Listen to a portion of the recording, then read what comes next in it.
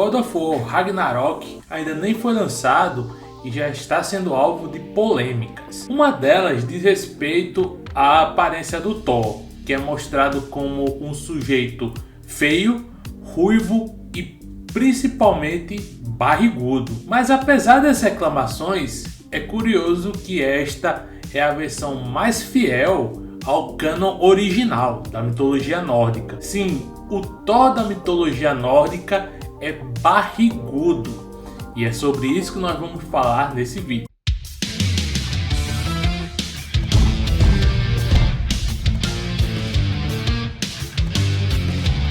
Você sabia que o mercado de games é o mercado mais rentável do mundo do entretenimento? Um mercado muito grande e que está em expansão, com muitas vagas de emprego. Tão divertido quanto jogar games é você desenvolver os seus próprios games. Só que para isso você precisa conhecer como se faz jogos de videogame. Então, para isso que nós trazemos o curso Desenvolvimento de Games da Dunk Code.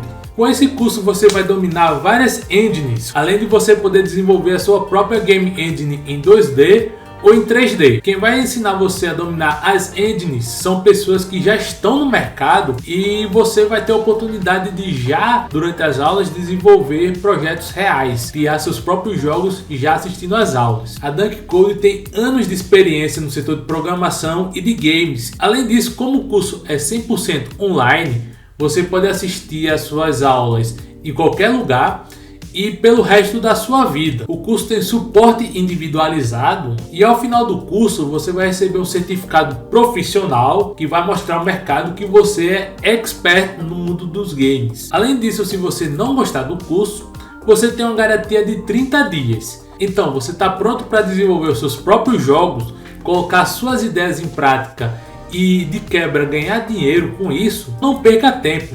Clique no link que está aqui embaixo e comece hoje mesmo a aprender com os melhores do mercado a desenvolver os seus próprios jogos. E aí galera rocheda, beleza? Hoje nós vamos falar de God of War, mais especificamente de God of War Ragnarok. Esse jogo que ainda não foi lançado, mas que já está causando muitas polêmicas. Uma das polêmicas diz respeito à personagem Angrboda, que está sendo retratada como uma garota negra. Muitas pessoas afirmam que isso destoa da mitologia nórdica e destoa principalmente da representação da Angrboda. Mas enquanto que o pessoal reclama da incoerência com a mitologia nórdica, no caso da Angrboda, o outro personagem que muita gente está criticando é justamente aquele que está mais próximo da representação do deus original da mitologia nórdica, que é o Thor. Então é curioso, né? Porque enquanto que a Angrboda, o pessoal está reclamando porque ela se parece pouco com o material original, o Thor, o pessoal está reclamando que ele se parece demais com o material original. E sim, o Thor original da mitologia nórdica é um sujeito meio acima do peso, tem uma barriga lá, e a gente vai falar sobre isso nesse vídeo, né, abordando a questão principalmente de como foi modificada a representação do Thor com o passar dos anos. Então, se você está pronto para conhecer o Thor da mitologia nórdica, ou pelo menos uma parte dele, né, você deixa seu like aqui no vídeo, para fortalecer o nosso canal. Aproveita e se inscreve no canal com o sininho ativado para ficar por dentro das nossas atualizações. E também não se esqueça de compartilhar esse vídeo com seus amigos para que mais e mais pessoas conheçam sobre o personagem Thor da mitologia nórdica, né? O Thor original, que inspirou o Thor Oddsson, que inspirou o Thor de Age of Empires, o Thor do próprio God of War e tantos outros por aí. Quando a gente fala em Thor, a primeira imagem que vem na nossa cabeça é de um sujeito loiro, alto e atlético, né? Bastante forte, e representado fisicamente pela figura do Chris Hemsworth, né? Que é o seu intérprete mais conhecido. Não é o único, já tivemos outro ator que interpretou o Thor há muito tempo atrás, porém o mais conhecido é o Chris Hemsworth. Mas a tradição nórdica, ela traz uma definição diferente do Thor. Traz um Thor ruivo, traz um Thor que tem uma aparência não muito aprazível aos olhos, ele não é um cara bonitão, né? Ele é um cara feio, e ele também é representado através de um termo conhecido como um cara grande. Ele é definido pelos escritos nórdicos como um cara grande. E um cara grande, obviamente, pode ser tanto um cara grande e musculoso, como ele também pode ser um cara grande e gordo e acima do peso, né? E dentre essas duas visões, existem evidências dentro da mitologia nórdica que na verdade ele não é musculoso, e sim um personagem mais acima do peso, mais barrigudinho. Uma das coisas pelos quais o Thor é conhecido é porque ele gosta de comer. É um personagem glutão que costuma comer um boi inteiro a cada refeição, junto com 3 barris de hidromel. Então ele é um cara que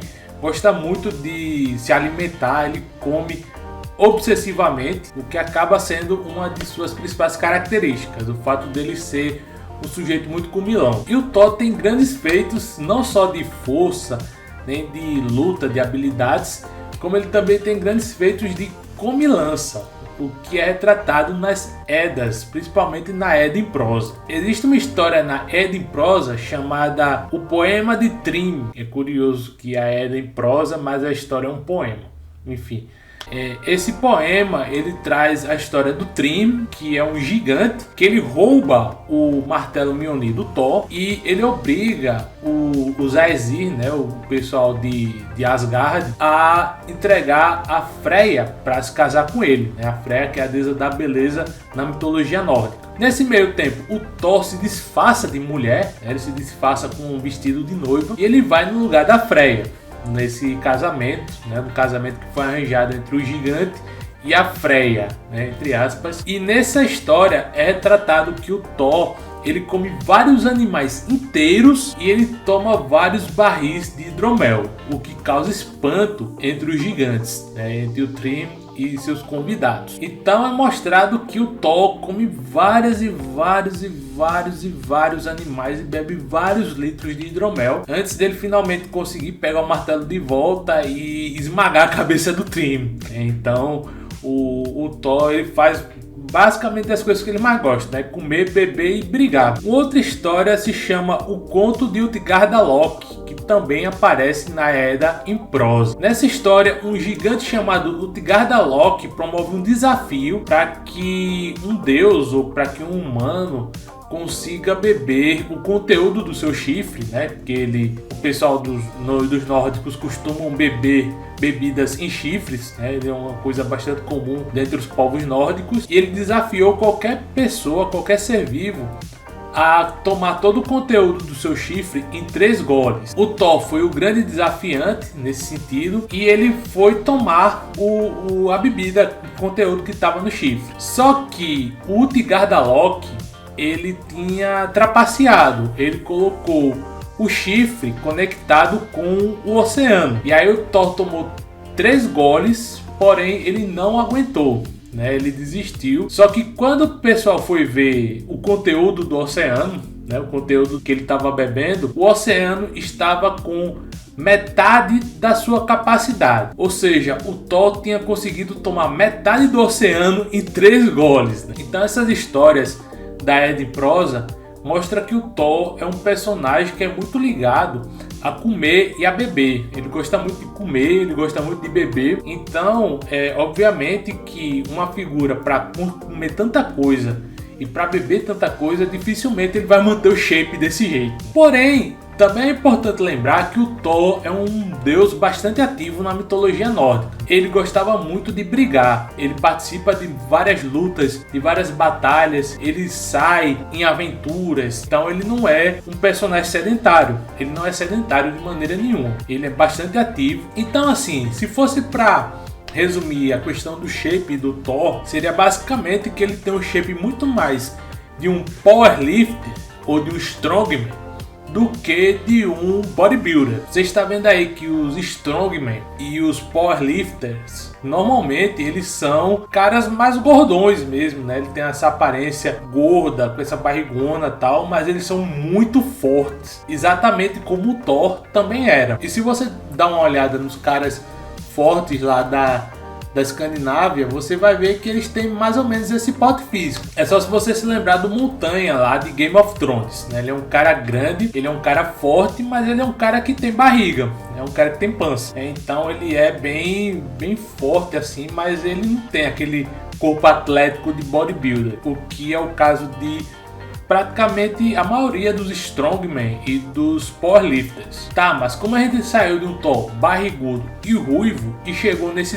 Thor atlético e loiro? Bom, a representação do Thor teve algumas mudanças com o passar dos anos. A primeira coisa que a gente precisa lembrar é que existem duas versões do Thor: a versão da mitologia nórdica e a versão da mitologia germânica. A versão da mitologia germânica traz um Thor que é loiro e traz um Thor que é atlético, né, que é forte assim, que tem um corpo atlético. E aí as representações do Thor, eles oscilam entre o Thor nórdico e o Thor germânico. O pintor suíço Henry Fuseli, em 1790, ele retrata um Thor loiro e um Thor musculoso, atlético. Essa versão é mais parecida com o Thor germânico, e também temos que levar em consideração que o Fuseli ele era influenciado pelo Renascimento, e o Renascimento ele tem uma aproximação maior com a mitologia grega, e os personagens da mitologia grega, os deuses gregos, esses sim eram muito atléticos, e todas as representações deles, inclusive na época, eram de pessoas atléticas, de pessoas com um corpo esbelto. Saindo da Suíça e indo para a Dinamarca, o ilustrador Lawrence Frolick, em 1895, ele mostra no Thor que não é tão barrigudo, porém que ele é mais largo, né? Ele é mais fortão assim, né? mais expandido, né? Não sei se é que palavra certa. A representação mais próxima da mitologia nórdica vai vir com Max Koch, em 1905, que traz um Thor ruivo e não musculoso, né, mais barrigudo, e uma visão misturada, né, com elementos da mitologia nórdica e da mitologia germânica, vai ser trazido pelo autor Martin Eskilsving, que é sueco, em 1872, que traz um Thor que é loiro, como o Thor da mitologia germânica, porém mais gordinho, como é o caso do Thor da mitologia nórdica. Depois dessas representações e buscando mais a representação germânica, nós temos a Marvel com o seu personagem Thor, o poderoso Thor. Porém, os motivos que levaram a Marvel a mudar o Thor não tem nenhuma relação com a mitologia germânica. Eles não queriam ir atrás do Thor germânico, eles queriam mesmo era o Thor da mitologia nórdica. Só que eles fizeram essas mudanças porque eles acreditavam que os jovens não iam se interessar por um herói ruivo, barrigudo e feio, né, e barbudo. Então eles fizeram um herói que tinha mais a aparência loiro, olhos azuis, né, que já tinha na época, tem o Capitão América. Então eles se inspiraram nessa visão do cara alto, forte, loiro e de olhos azuis para desenvolver o Thor. Foi por isso que eles criaram o Thor dessa maneira. No entanto, a coisa mais curiosa é que o Thor da mitologia nórdica existe na Marvel, ou já existiu, por assim dizer. Isso é retratado na revista do Thor número 293. Se vocês se interessarem, eu posso trazer isso aqui para o canal. A história de como o Thor da Marvel ficou sabendo da existência do Thor da mitologia nórdica. É bem interessante, né? Por fim, uma das coisas que a gente tem que lembrar sobre o Thor da Marvel e a diferença dele pro Thor da mitologia nórdica é que o Thor da Marvel, ele é um herói. Ele foi idealizado para ser um herói. Então, ele obviamente precisa ser um modelo ideal.